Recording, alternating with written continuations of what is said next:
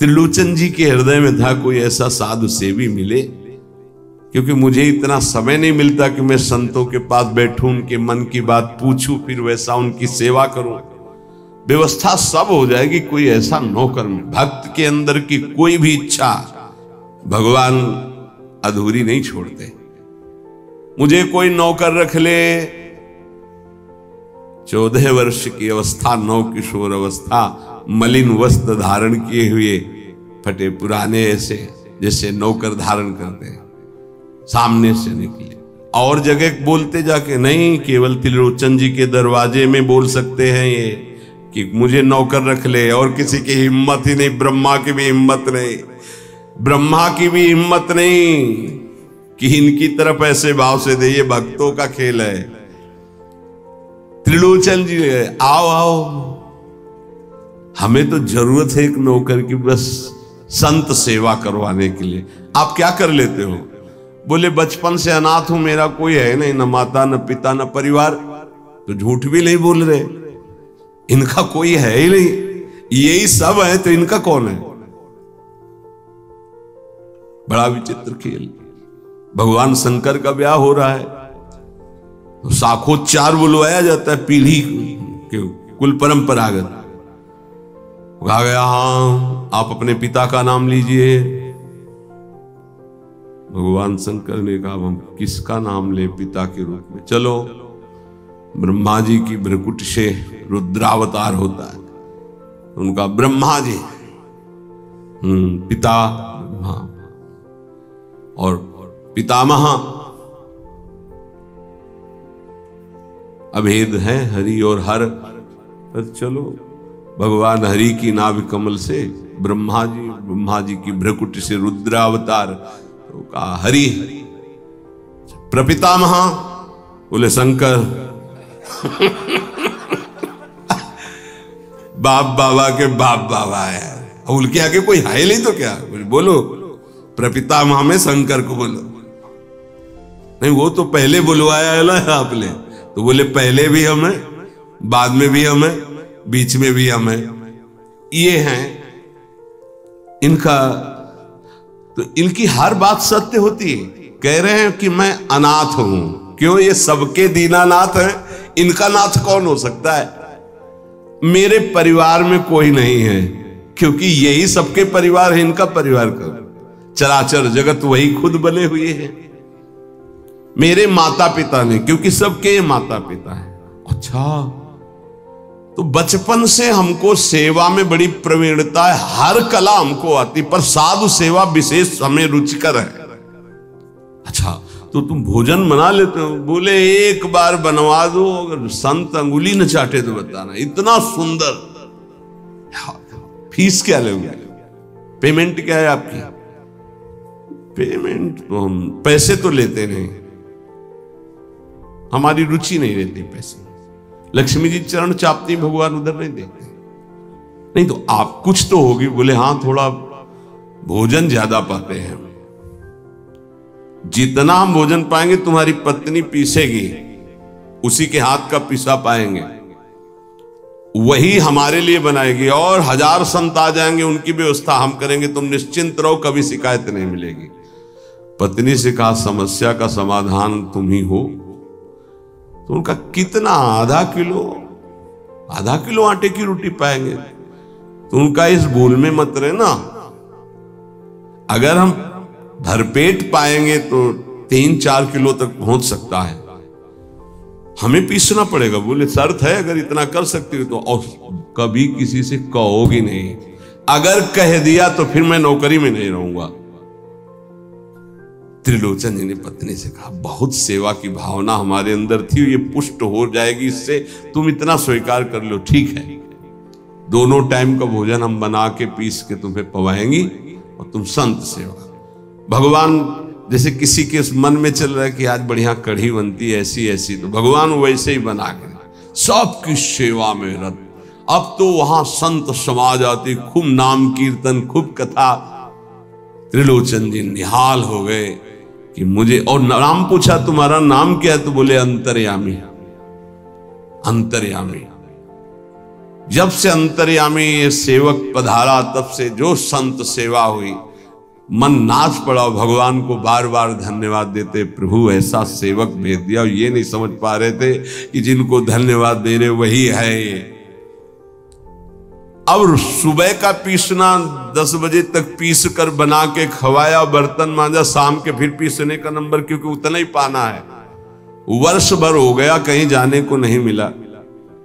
एक दिन आया कि दोपहर थोड़ा समय में तो निकले, बगल में पड़ोसन मित्र थी उसके, वो गए तो उन्होंने कहा कि बहन बहुत दुबली हो रही हो, कुछ बात तो है ही है। माताओं बहनों का एक बड़ा विचित्र चरित्र है, वो यही कहेंगे कहना नहीं किसी से, पूरी बात ऐसे फैल जाएगी, क्योंकि महाराज ये स्वभाव रखा गया है। महाराज युधिष्ठिर जी ने ये शाप दे दिया था। जब सबको अर्घ दान दिया जा रहा था तो माता कुंती ने कहा कि बेटा कर्ण को भी अर्घ दान दे दीजिए, जो पित्त तर्पण आदि के मंत्रों द्वारा। तो उनका उसके कारण ही पूरे वंश का, कौरवों के विनाश हो गया। अगर वो साथ ना देता तो कभी हमसे युद्ध ही नहीं होता। ऐसे विपक्षी के लिए आप कैसे बोल दिए कि आप उसको पित्त तर्पण करो इस समय? माता आपकी बुद्धि कैसा निर्णय कर रही है? ऐसे धूर्त को तुम कह रहे हो कि मैं, जो द्रौपदी के लिए गंदे वचन बोला, जिसके बल से बलवान होकर दुर्योधन ने युद्ध किया, न जाने क्या क्या कष्ट सहना पड़ा। तो उनका बेटा तुमसे छुपाया था एक बात है। क्या? वो तुम्हारा बड़ा भाई है। कर्ण मेरा बड़ा भाई? तब उन्होंने कहा मां अगर तुम इतना कह देती तो मैं पैर छूकर जे ही उसके सामने झुकता तो पूरा बच जाता, राज समाज नहीं मारा जाता, क्योंकि उसी के बल से दुर्योधन बलवान होकर लड़ रहा था। हमें कोई वैर होता ही नहीं। जब कर्ण को हम अपना राज्य दे देते तो दुर्योधन का मित्र ही था, कोई झगड़ा ही नहीं होता। मां ये बात पहले क्यों नहीं बताई? आज से मैं शाप देता हूं, कोई भी विशेष गुप्त बात माताओं के हृदय में न टिके। संसारिक बात की क्षमता को सह पाना कोई महाभागवत की ही बात है। तो उन्होंने कहा कि कहना नहीं। अरे बोले दीदी तुम विश्वास मानो, कभी कहा है हमने? माताओं बहनों की जो चर्चाएं होती हैं वो बड़ी गूढ़ चर्चाएं होती हैं। हाँ, आपस में। बोले एक नौकर आया है, बस कहना नहीं। बोले नहीं किसी से नहीं। एक नौकर आया है, वो बहुत सेवा करता है पर खाता बहुत है, और उसको बना बना के हम ही को खवाना होता है, इसलिए हम दुबली भी हो गए, तुमसे मिलने भी नहीं आ पाए। लेकिन कहना नहीं, वो चला जाएगा। जब लौट के आई तो हाँ नहीं थे, अंतर्यामी भगवान नहीं।